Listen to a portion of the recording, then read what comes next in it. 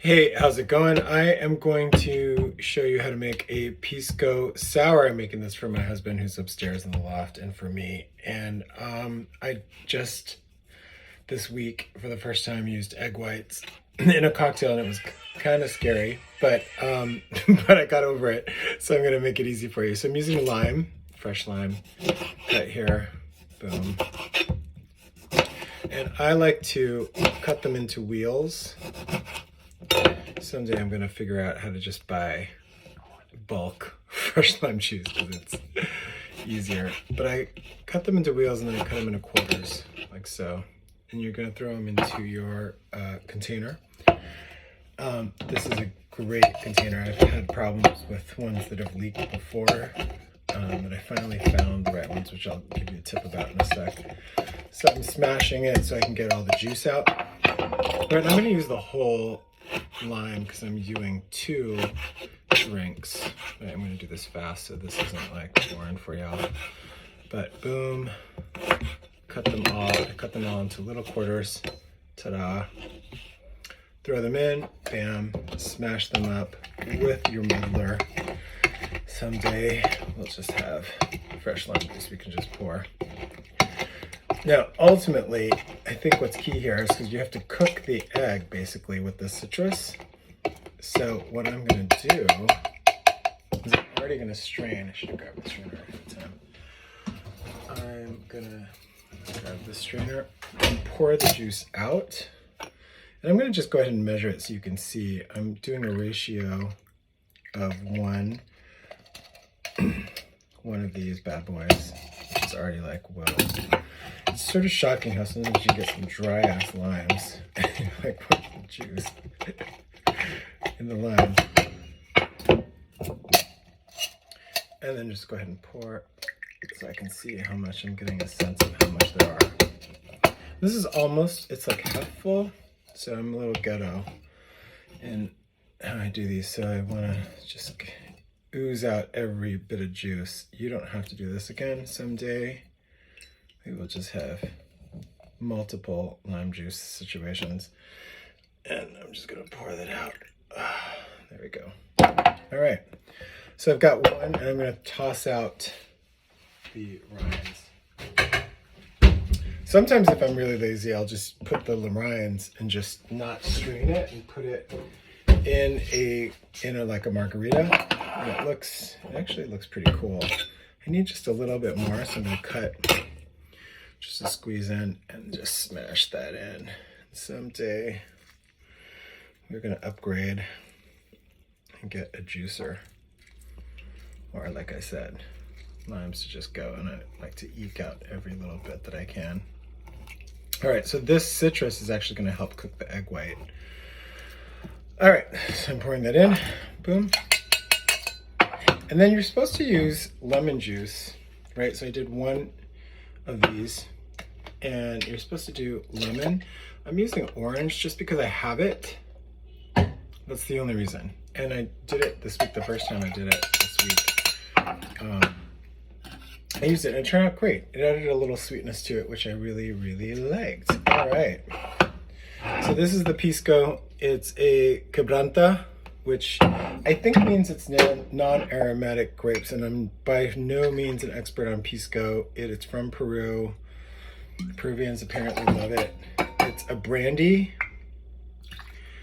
and it's not aged, so it's not in good. I'm putting 4 to the 1 of the orange juice or lemon juice. That was 3. Don't let me lose track. I think this is number 4. And again, because I'm making 2 drinks, and also because my husband and I actually have a very strong tolerance, so we're just going there. Now, then you're going to add your simple syrup. I made this one with white sugar, and I made this one with raw sugar, which gives it a nice brown hue.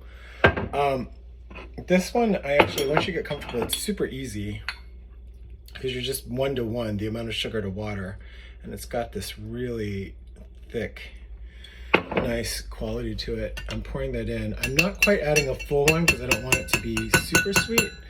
We're more on the tart side, but if you're dealing with family or friends who like stuff on the sweeter side, by all means add more.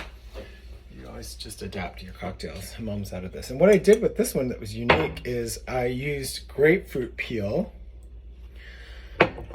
when I boiled it out, and I'll talk about simple syrup another time. All right, so here's my egg. Boom, brown egg. I'm gonna crack it over the other one.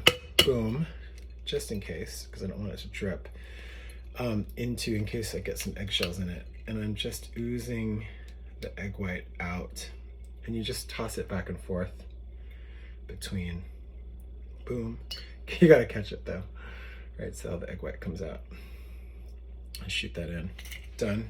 Throw that away. Got the egg white here. I subbed the yolk. I don't know what I'm gonna do with them yet. I'm gonna put the egg whites in my other container. And without ice, this is the key. You just put this on top. And the key is don't push it down. You don't want to get it too tight. It makes it way too hard to pull it out. I had to learn the hard way. And now I'm just gonna shake this up. You won't hear the crinkling, crackling noise. And it foams up really quickly. So you've got to have to be careful about that, right? So you can sort of see some coming out. But it apparently cooks the egg white. And it's already got a frothiness, which is kind of amazing. You can see right there. And now I'm just gonna add ice. I keep glasses full of glass.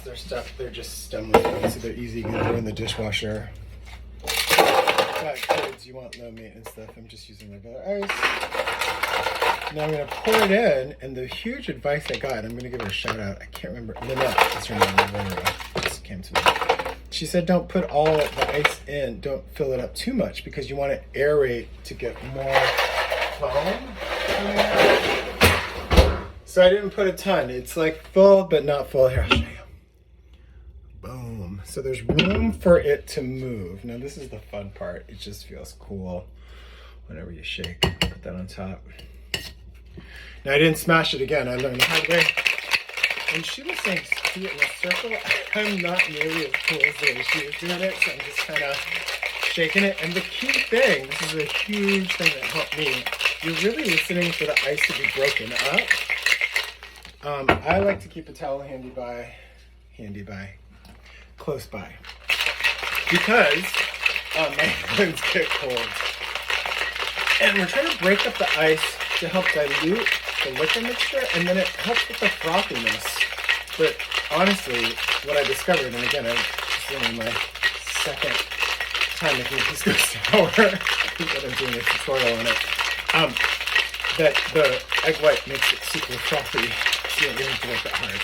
5, 4, 3, 2, 1, boom. All right, so as I was saying, if you don't smash the containers in together too much, you'll be able to sort of weasel it out.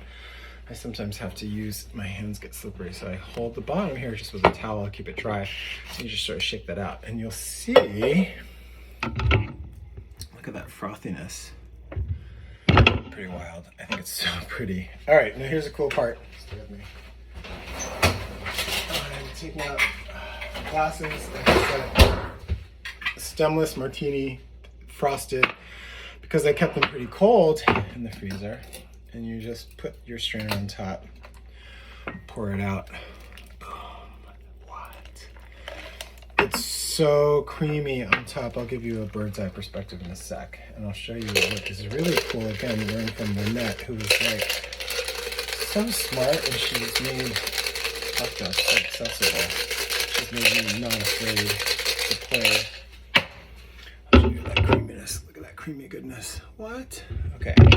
But what I loved is she suggested putting bitters on top. So I'm going to use this stuff is awesome. Bittermans, it's my new fave. First of all, you just feel cool because you got a dropper and you squeeze it. And then you can create a shape on top because the egg white situation keeps it in place. So I'll show you what that looks like. Right, but then you can take a little spoon. I'm now a big fan of like baby spoons because you can taste things, and you can smear it around so it creates sort of like a design, you know, like old school Frappuccino. Boom, boom. There you go. That is a Pisco Sour. I'm going to take it up to my husband and enjoy a little happy hour. Bye.